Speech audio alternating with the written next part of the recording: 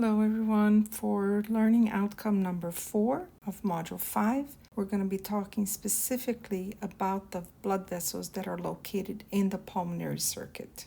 Before we get started specifically on the pulmonary circuit, let's take a quick look at the blood vessel distribution within the body. So the blood vessels of the body, they're going to be divided, as we already know, into the pulmonary circuit and the systemic circuit. The pulmonary circuit will transport the blood between the heart and the lungs, and this is going to be a relatively short distance. The arteries and veins of the systemic circuit, they will transport blood between the heart and all other tissues, and this is a round trip that involves much longer distances, as you can imagine. There are functional and structural differences between the vessels in these two circuits.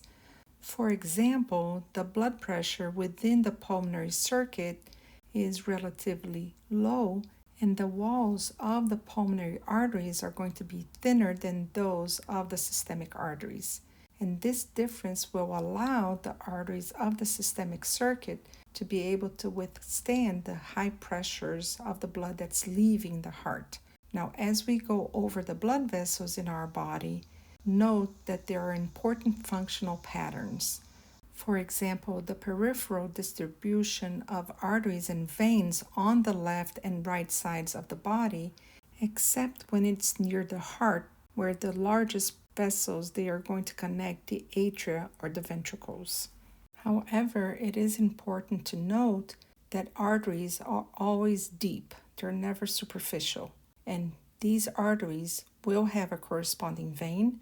However, you do have superficial veins that do not have a corresponding artery because, like I just said, arteries are always deep. They're never superficial.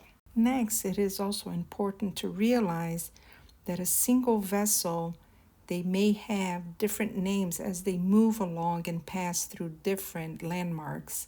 And even though it's the same blood vessel, depending on where it's passing by, it will just change the name. And I will tell you where the landmarks are. And this is important because if you have an injury, it is easier for you to pinpoint where that injury is when you're talking to other health professionals.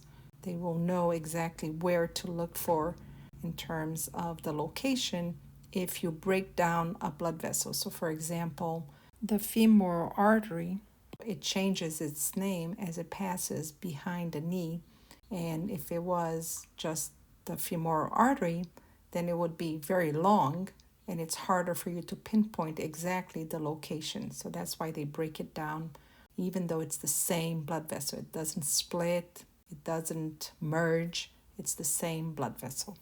So now let's cover specifically the blood vessels that belong to the pulmonary circuit.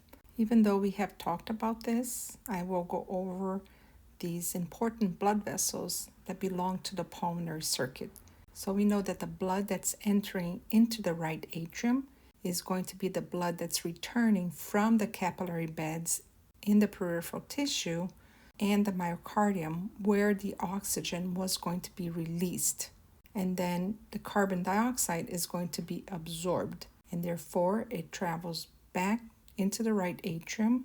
From there, it goes into the right ventricle, passing through the right atrioventricular valve. And then after it leaves the right ventricle, it will pass through the pulmonary valve and it will enter into the pulmonary trunk. And this is the start of the pulmonary circuit. So once it passes the pulmonary valve and enters the pulmonary trunk, that's where you start the pulmonary circuit.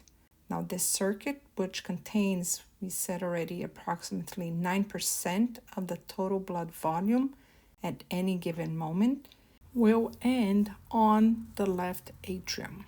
In this pulmonary circuit, oxygen is going to be replenished and carbon dioxide is going to be released into the lungs. Compared with the systemic circuit, the pulmonary circuit is short, and the base of the pulmonary trunk and the lungs are only about 15 centimeters apart. Now, the arteries of the pulmonary circuit, they carry deoxygenated blood, which is different from the arteries of the systemic circuit. And for this reason, the color-coded diagrams usually show the pulmonary arteries in blue, which is the same color as the systemic veins. The pulmonary trunk, as we can see over here, it will curve over the superior border of the heart, where it will divide into a right and left pulmonary arteries, as we can see from this image right over here. And these large arteries, they will then enter the lungs before branching repeatedly, and we can see over here from this image, and this will give rise to smaller and smaller arteries. And these smallest branches, which are the pulmonary arterioles, they will provide to the capillary networks that surrounding the small air pockets, which are known as alveoli, as we can see on this image, in the lungs. So the walls of the alveoli, they're very thin, and they are thin enough to allow gas exchange between the capillary blood and the inspired air. And as oxygenated blood leaves the alveolar capillaries, it will enter the venules that then merge to form the larger and larger vessels that will then carry the blood toward the pulmonary veins. We can see over here that we're going to have 4 pulmonary veins, typically 2 from each lung, and these veins will then empty into the left atrium to complete the pulmonary circuit by taking blood rich in oxygen, and from there it will be distributed into the systemic circuit, which is what we will cover on the next few learning outcomes.